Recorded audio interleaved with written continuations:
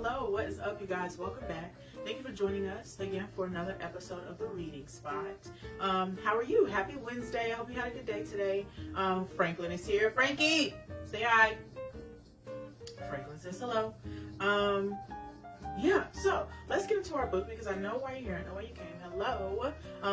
We have another good book. We do. So tonight's book is all about Mondays on Wednesdays. So if you love a good Monday on a Wednesday, then this book is for you. And boom, Colorful Mondays. Yeah. This is by Nelson Rodriguez, Leonardo, Agustin, Montes, and illustrated by Rosana, Faria, and Carla, Tabora. And it says translated by Lawerence, Schimel. Okay. Colorful Mondays. Let's see what we got going on here. Ooh, we have a dedication page. The authors would like to thank Daniel O'Connor and Aidan O'Connor for their strong support for the Book Mogul's work and their commitment to the education of Honduran children. Thank you, Daniel. Thank you, Aidan. Let's get into it. In Villanueva, Honduras, happy stories mix with the sad ones. As in many places here in this country, the sad ones seem to be more abundant. Luis finds them large dark clouds when he goes to get water from the well or when he sells the tortillas his mother makes. As he works, Luis wants no one to find any reason to be sad. He likes to fill the lives of his family and friends with joy and color through happy stories. When Luis hears a happy story, he feels the same emotion he feels when he sees a rainbow before it disappears. He wants to share it with everyone, his abuela, his mama, his sister. He would love to be able to share it with his papa too, but he's not here. For Luis, it's enough to not have any bad news from the place where they've told him papa went to look for work, so far away. Monday is Luis's favorite day because he knows he'll find tons of happy stories there. They're brought by Gerson and Nelson on the Book Mogul for the hour of the Chocho Rojo Chocho. It was so hard for him to learn that word. Hard for me too. From the classroom, Luis hears the Book Mogul as it approaches, beeping its horn to the beat of that word that's so marvelously tangled together. Chocho Rocho Chocho. As soon as the bell rings, Luis runs toward the soccer field where the Book Mogul will stop. Other children who live nearby have already arrived. They eagerly await each Monday too. One might think the ice cream truck was arriving. Nelson smiles when he sees Luis, ready as always to help out with everything. Luis notices the dark clouds hanging over many of those who arrive. But just like him, they all come here to enjoy themselves. Some Mondays, the best part is the book that is read out loud. Other Mondays, it's the theater show or the song. It's hard for the children to say which part they like the best, because everything that Gerson and Nelson do fills them with joy.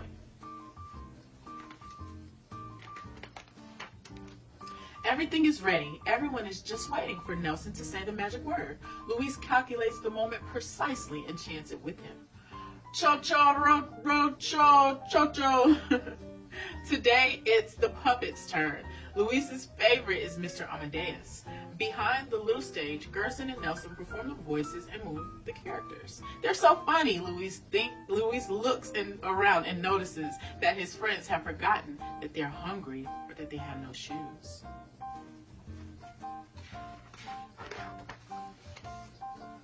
Then comes the moment that many look forward to the most. Now everyone is welcome to choose a book.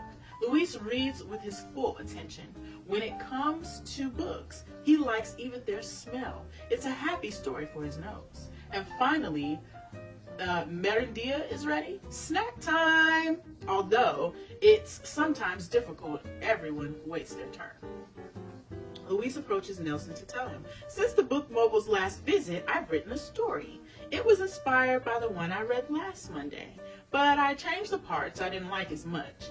Nelson tells Luis that his ending is lots of fun and that he's got great potential as a writer. The Book Mogul's visit comes to an end. Gerson asks everyone what they're going to do during the week until they see one another again.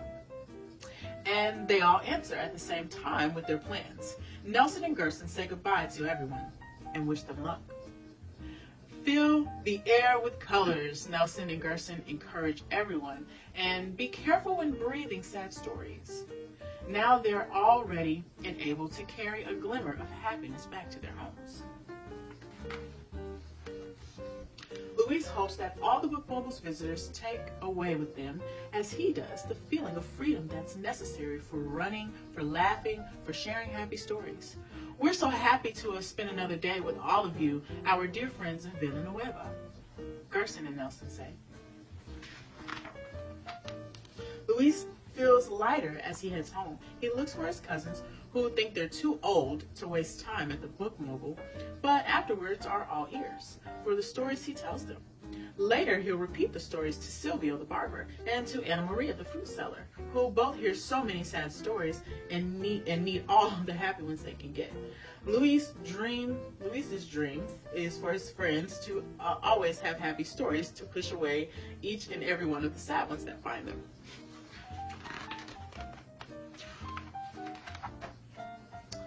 Evening falls in Villanueva. Like every day, dark clouds form again and again from the unhappy stories the adults have collected and repeated. But luckily, the Book Mobile brings a rainbow with it each Monday.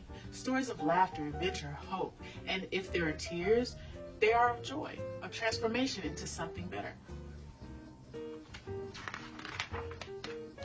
On Mondays, Luis goes to bed happy because he knows his dreams will be marvelous, and that they'll be full of his happy memories and his friends' happy memories too. Okay, and that is the end of our book. Okay, that was such a good book. And you know what? This book had all kinds of lessons in it, right? But I think the number one takeaway from this was to be grateful for the things that you have. Because there are kids living in other places who don't have nearly as much, not even shoes. So you saw Luis and his friends in the book. They didn't have any shoes. And they were just grateful to hear a story from a good book. And you see what the power of reading, the power of a book can do? It has the power to take you out of sadness and into another world, into laughter, where just for even a sliver of a moment in time, you can get away. So yeah, I really like this one. This one had a lot going on. This was pretty good. So thank you guys for Colorful Mondays. All right, now, we are still counting down the days to Christmas, right? We've got our friend helping us out, Mr. Jingle. Jingle bells, jingle bells. Okay, so what is today? The 6th? All right, where are we? We're on there. We're right. So how many? So I think 19 days till Christmas. Woo! Woo! Some of y'all better behave. Boom. Getting close. Okay. Also, don't forget to use our word of the week for the letter G. The letter G. We are on the letter G for gentle. And you know what? Just like Luis in the some of the people in the book, they had to be gentle with one another. They had to be gentle with their feelings because everybody in that village was pretty much going through something, you know? And so they had to be gentle in the way that they spoke, the way that they treated each other, the way they come together and build community. Those things had to be done with a gentle touch, okay? So don't forget to use gentle, or even if you see someone being gentle or behaving gently, okay? Broaden your vocabulary and use your words. All right, so that is pretty much it, you guys. That is all the time that we have for tonight. Frankie, say goodbye. What you doing? Okay, I don't know. That's Scott. Scott is the other brother. Anyway, that is it, you guys. Thank you for joining us, and don't forget to join us back here tomorrow night for another good book. All right, everyone here.